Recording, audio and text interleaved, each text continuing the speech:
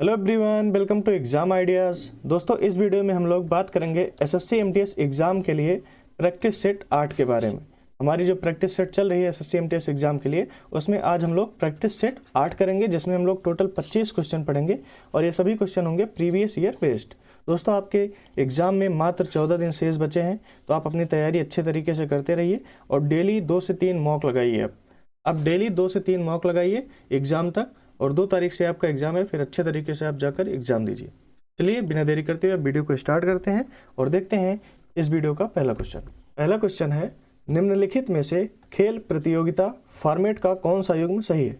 खेल प्रतियोगिता फॉर्मेट का कौन सा युग्म सही है?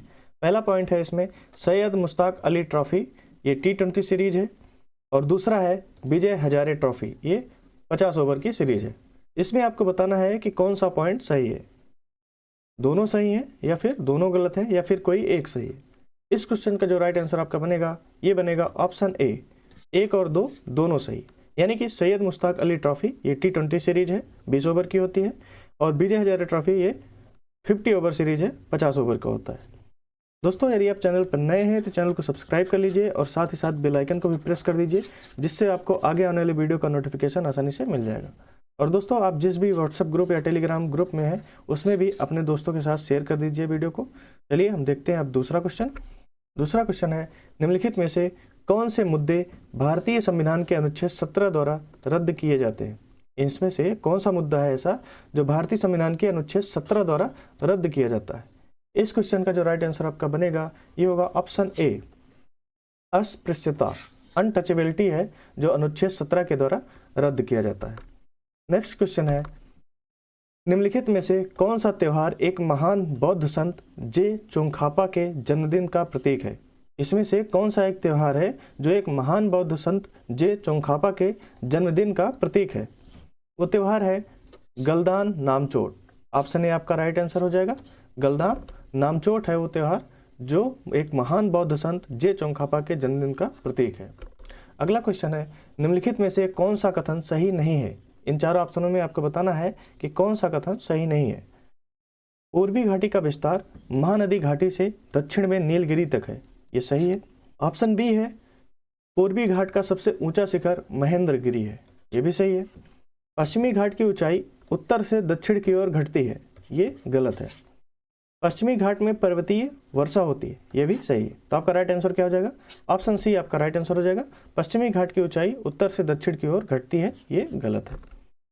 अगला क्वेश्चन है, सैम अपनी प्रेजेंटेशन ईमेल के माध्यम से कई लोगों के साथ साझा करना चाहता है।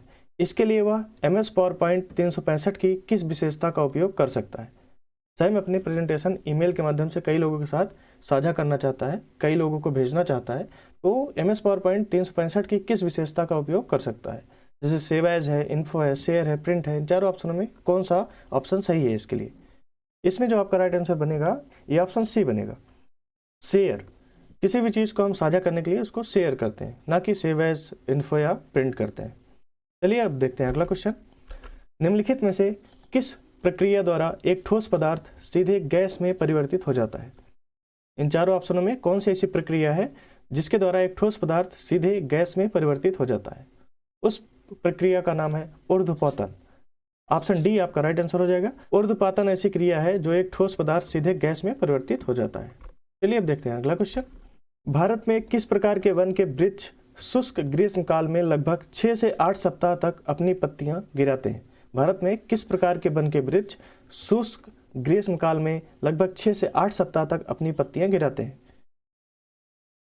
ये उष्ण कटिबंधीय पर्णपाती वन होते हैं जिनके वृक्ष शुष्क ग्रीष्म काल में लगभग 6 से 8 सप्ताह तक अपनी पत्तियां गिराते हैं। ऑप्शन डी आपका राइट आंसर हो जाएगा, उष्ण कटिबंधीय पर्णपाती वन। नेक्स्ट क्वेश्चन है, निम्नलिखित में से कौन मालवा पठार की महत्वपूर्ण नदी नहीं है? इनमें से कौन सी मालवा पठार की महत्वपूर्ण नदी नहीं है? इस क्वेश्चन का जो आपका राइट आंसर बनेगा, ये होगा Mahanadi. Option B. Option B आपका राइट आंसर हो जाएगा। महानदी मालवा पठार की महत्वपूर्ण नदी नहीं है। निम्नलिखित में से कौन पादप जगत का उपसमूह नहीं है? इनमें से कौन सा पादप जगत का उपसमूह नहीं है? इस क्वेश्चन का जो राइट आंसर आपका बनेगा, ये होगा ऑप्शन सी, हेमिकॉर्डेका। हेमिकॉर्डेका है जो पादप जगत का उपसमूह नहीं है। ऑप्शन सी आपका राइट आंसर हो जाएगा। चलिए देखते हैं अगला क्वेश्चन। भारतीय राष्ट्रीय भुगतान निगम की स्थापना किस अधिनियम के प्रावधानों के तहत की गई थी? भारतीय राष्ट्रीय भुगतान निगम की स्थापना किस अधिनियम के प्रावधानों के तहत की गई थी? ये प्रावधान था ऑप्शन डी, भुगतान और निपटान प्रणाली अधिनियम 2007। भुगतान और निपटान प्रणाली अधिनियम 2007, ऑप्शन डी आपका राइट आंसर हो जाएगा। चलिए अब देखते हैं अगला क्वेश्चन। भारतीय मानक ब्यूरो किस केंद्रीय मंत्रालय के तत्वावधान में कार्य करने वाला एक वैधानिक निकाय है? भारतीय मानक ब्यूरो किस केंद्रीय मंत्रालय के तत्वावधान में एक कार्य करने वाला वैधानिक निकाय है? इस क्वेश्चन का जो राइट आंसर आपका बनेगा ये होगा ऑप्शन सी, उपभोक्ता मामले विभाग, खाद्य एवं सार्वजनिक वितरण विभाग, इसका राइट आंसर हो जाएगा। चलिए देखते हैं अगला क्वेश्चन। अनंत की माँ उसे रात में पेड़ों के नीचे नहीं सोने की सलाह दी। अनंत की माँ ने उसे रात में पेड़ों के नीचे नहीं सोने की सलाह दी क्योंकि पेड़ रात में डैश छोड़ते हैं। पेड़ रात में क्या छोड़ते हैं? पेड़ रात में CO2 छोड़ते हैं, यानी कि कार्बन डाइऑक्साइड। इसमें जो आपका राइट आंसर बनेगा ऑप्शन डी बनेगा, कार्बन डाइऑक्साइड। ऑप्शन डी आपका राइट आंसर है। चलिए देखते हैं अगला क्वेश्चन। भारत में राष्ट्रीय सांख्यिकी दिवस कब मनाया जाता है? भारत में राष्ट्रीय सांख्यिकी दिवस कब मनाया जाता है? नेशनल स्टैटिस्टिक्स डे ये मनाया जाता है 29 जून को। ऑप्शन डी इसमें आपका राइट आंसर बनेगा। 29 जून को मनाया जाता है राष्ट्रीय सांख्यिकी दिवस। अगला क्वेश्चन है, निम्नलिखित में से किसने द प्रेगनेंसी बाइबल पुस्तक लिखी है? इन चारों ऑप्शनों में से आपको बताना है कि किसने द प्रेगनेंसी बाइबल पुस्तक लिखी है। इस क्वेश्चन का जो राइट आंसर आपका बनेगा ये होगा ऑप्शन बी, करीना कपूर के द्वारा लिखा गया है द प्रेगनेंसी बाइबल पुस्तक। नेक्स्ट क्वेश्चन है, भारत दालों का डैश उत्पादक और दालों का डैश उपभोक्ता है, यानी कि भारत दालों का जो उत्पादक है वो किस नंबर का है और दालों का जो उपभोक्ता है वो किस नंबर का है। इस क्वेश्चन का जो आपका राइट आंसर बनेगा ऑप्शन सी बनेगा। भारत दालों का सबसे बड़ा उत्पादक है और दालों का सबसे बड़ा उपभोक्ता भी है। भारत में दालों का उत्पादन सबसे ज़्यादा होता है और दालों का उपभोग भी सबसे अधिक होता है। चलिए अगला क्वेश्चन देखते हैं। दिल्ली के प्रसिद्ध लौह स्तंभ का निर्माण किस वंश के शासक ने करवाया था? दिल्ली के प्रसिद्ध लौह स्तंभ का निर्माण किस वंश के शासक ने करवाया था? इस क्वेश्चन का जो आपका राइट आंसर बनेगा ये होगा ऑप्शन ए, गुप्त वंश के शासक ने दिल्ली के प्रसिद्ध लौह स्तंभ का निर्माण करवाया था। अगला क्वेश्चन है, भारत के संविधान में किस देश के संविधान से कोई विशेषता नहीं ली गई है? इन चारों ऑप्शनों में से भारत के संविधान में किस देश के संविधान से कोई भी विशेषता नहीं ली गई है? इस क्वेश्चन का राइट आंसर आपका बनेगा ऑप्शन सी, चीन से कुछ भी नहीं लिया गया। भारत के संविधान में चीन देश से कुछ भी नहीं लिया गया है। अगला क्वेश्चन है आपका, सांची का स्तूप किस राज्य में स्थित है? सांची का स्तूप किस राज्य में स्थित है? ये स्थित है मध्य प्रदेश में। ऑप्शन ए आपका राइट आंसर बनेगा, सांची का स्तूप स्थित है मध्य प्रदेश में। चलिए देखते हैं अब अगला क्वेश्चन। पिट्स इंडिया एक्ट किस वर्ष पारित किया गया था? पिट्स इंडिया एक्ट किस वर्ष पारित किया गया था? पिट्स इंडिया एक्ट पारित किया गया था 1784 ईस्वी में। ऑप्शन ए आपका राइट आंसर बनेगा, पिट्स इंडिया एक्ट 1784 ईस्वी में पारित किया गया था। अगला क्वेश्चन है, मध्य प्रदेश के पहले राज्यपाल कौन थे? मध्य प्रदेश के पहले राज्यपाल कौन थे? इस क्वेश्चन का राइट आंसर आपका बनेगा ऑप्शन डी, डॉक्टर सीतारमैया थे मध्य प्रदेश के पहले राज्यपाल। अगला क्वेश्चन है, भारत के किस शहर को पूर्व का एथेंस के रूप में जाना जाता है? भारत के किस शहर को पूर्व का एथेंस के रूप में जाना जाता है? उस शहर का नाम है मदुरै। ऑप्शन सी आपका राइट आंसर हो जाएगा। भारत के मदुरै शहर को पूर्व का एथेंस के रूप में जाना जाता है। चलिए देखते हैं अगला क्वेश्चन। निम्नलिखित में से कौन सा भारत का जुड़वा शहर नहीं है? इनमें से कौन सा भारत का जुड़वा शहर नहीं है? कटक और भुवनेश्वर ये है, अहमदाबाद और गांधीनगर ये भी है, हुबली और धारवाड़ ये भी भारत का जुड़वा शहर है, और त्रिशूर और तिरुवल्ला ये ऑप्शन डी आपका राइट आंसर हो जाएगा। त्रिशूर और तिरुवल्ला ये जुड़वा शहर नहीं है। ऑप्शन डी आपका राइट आंसर है। चलिए देखते हैं नेक्स्ट क्वेश्चन। लाल रक्त कोशिकाओं के निर्माण के लिए शरीर का कौन सा अंग जिम्मेदार है? लाल रक्त कोशिकाओं के निर्माण के लिए शरीर का कौन सा अंग जिम्मेदार है?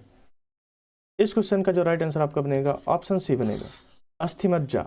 लाल रक्त कोशिकाओं के निर्माण के लिए अस्थिमज्जा जिम्मेदार होता है। नेक्स्ट क्वेश्चन है, स्वतंत्रता सेनानी सुचेता कृपलानी किस राज्य की पहली महिला मुख्यमंत्री बनी? स्वतंत्रता सेनानी सुचेता कृपलानी किस राज्य की पहली महिला मुख्यमंत्री बनी थी? उस राज्य का नाम है उत्तर प्रदेश। ऑप्शन बी आपका राइट आंसर हो जाएगा। सुचेता कृपलानी पहली महिला मुख्यमंत्री बनी थी उत्तर प्रदेश की। इस राज्य की? उत्तर प्रदेश की। नेक्स्ट क्वेश्चन है, जवारा नृत्य जो धन का उत्सव मनाने की एक नृत्य शैली है, उसकी उत्पत्ति किस राज्य में हुई है? जवारा नृत्य जो धन का उत्सव मनाने की एक नृत्य शैली है, उसकी उत्पत्ति किस राज्य में हुई है? आपको बताना है इन चारों ऑप्शनों में। इन चारों ऑप्शनों में जो आपका राइट आंसर बनेगा ये होगा मध्य प्रदेश, एमपी। जवारा नृत्य ये एमपी राज्य में इसकी उत्पत्ति हुई है। ऑप्शन ए आपका राइट आंसर बनेगा।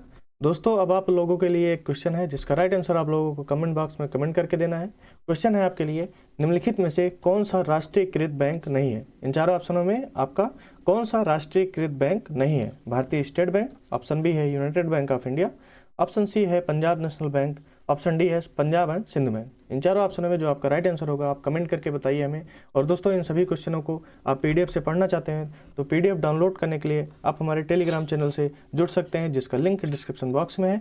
और आप @examideas लिख कर सर्च करेंगे टेलीग्राम पर तो वहाँ से भी चैनल को ज्वाइन कर सकते हैं। और दोस्तों अभी तक आपने हमारे यूट्यूब चैनल को सब्सक्राइब नहीं किया, सब्सक्राइब कर लीजिए। और वीडियो पसंद आया तो वीडियो को लाइक कीजिए, दोस्तों के साथ शेयर कीजिए। हम मिलते हैं आपसे नेक्स्ट वीडियो में, तब तक के लिए धन्यवाद दोस्तों।